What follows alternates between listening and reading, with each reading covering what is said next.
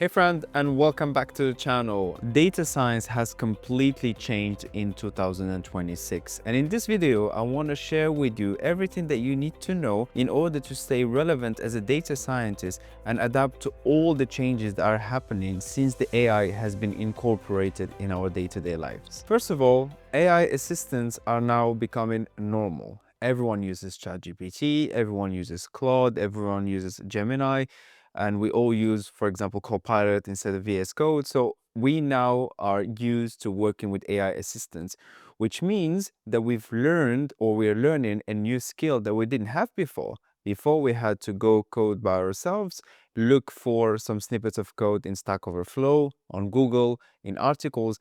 But now we do have AI assistants that can help us instantly and along the way when working on our projects. So beginner tasks are no longer differentiators, and that's why we see a lot of junior roles and entry-level roles being affected, and that's because AI can do what a junior data scientist was able to do and perform before. But now the way to stand out is to learn how to work with those AI assistants, not against them. They're here to enhance your productivity, to make you work better and faster. So the value moves from writing code to understanding, designing, validating, and shipping. Point number two is MLOps is now a necessity. MLOps means machine learning operations, and it's everything that usually engineers do in order to take machine learning models into production. And there are many steps that go into that. For example, building containers, doing continuous integration, continuous deployment, deploying applications, monitoring them, etc. And before, data scientists could only, for example, experiment with machine learning models in notebooks, try to get the best possible accuracy, or optimize for certain machine learning metrics. But nowadays, it's not enough. You need to be able to deploy your models, you need to be able to monitor them, and you need to understand the good software engineering best practices in your machine learning projects. And I highly recommend a book called Designing Machine Learning Systems by Chip Hewen. Just here, this is a gold mine if you want to go from the classical old data scientist into one that thinks in terms of systems.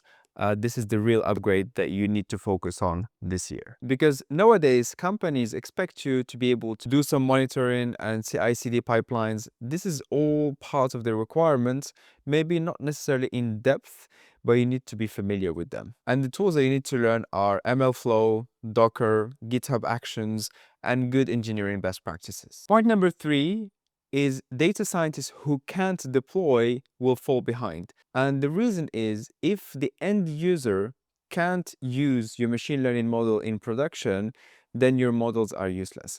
Now, titles are evolving. Before, you had a data scientist working hand in hand with a machine learning engineer, and the data scientist does all the experimentation, and the ML engineer was the one that was building the infrastructure and deploying the models. But nowadays, even data scientists are required to have a good understanding of the architecture and how to deploy the models.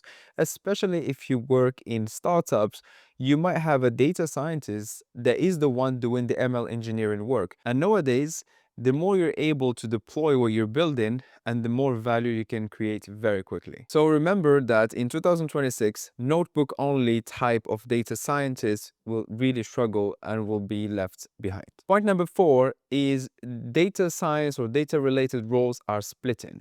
We see a lot of data scientists that start to focus a lot on machine learning engineering or AI engineering. Each one of them usually requires a different set of skill sets, but we see a lot of data scientists slowly shifting, and that's because the demand is also slowly shifting. The good old data scientist that writes machine learning models and experiments in notebooks, this is slowly dying. And if it's that way you are, then you need to start considering how to upskill. And therefore, that's why I'm doing these types of videos, to help you go from the classical data scientist into more of a engineering mindset, or more into an ML engineer. And I've made some end-to-end videos on this channel. You can go and see how we can take a project from A to Z, from completely raw data into deployment in the cloud. Point number five is the skill and tool evolution. So before, we worked with Python, Pandas, Jupyter notebooks, basic machine learning, and a few dashboards.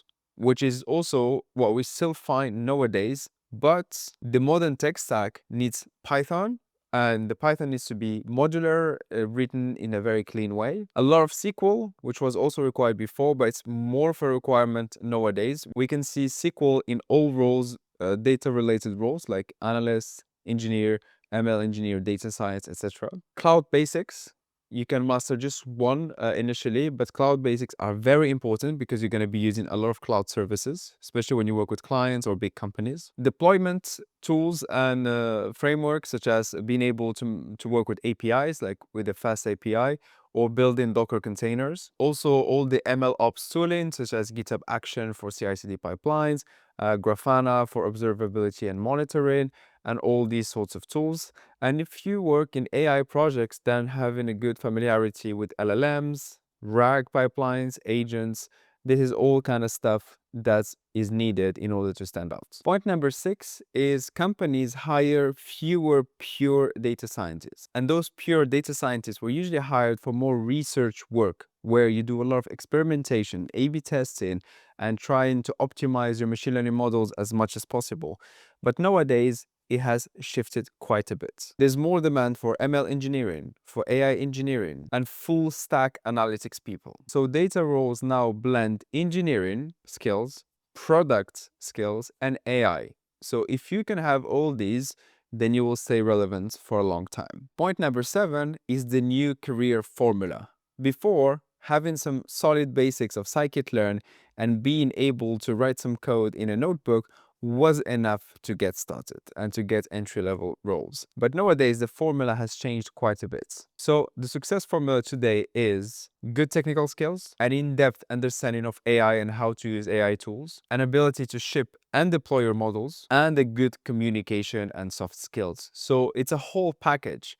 Nowadays, data science is not just about writing code in notebooks. It's not just about the technical aspects of the job.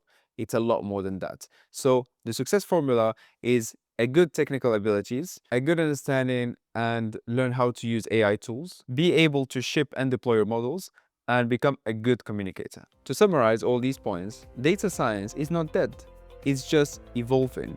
And with any new industry that evolves and any new roles that evolves, we need to adapt. And therefore, it's good to familiarize ourselves with how to use AI assistants. What are the skill sets that are required in 2026 and onwards, and try to adapt to them. Hopefully, if you already have good foundations and some experience in the field, it will be much easier for you to adapt and learn the new skills.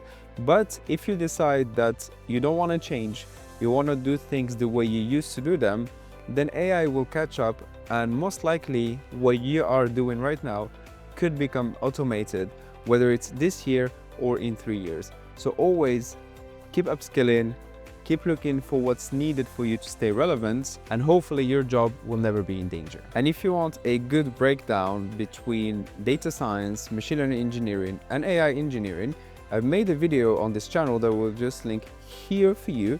You can go and watch it now.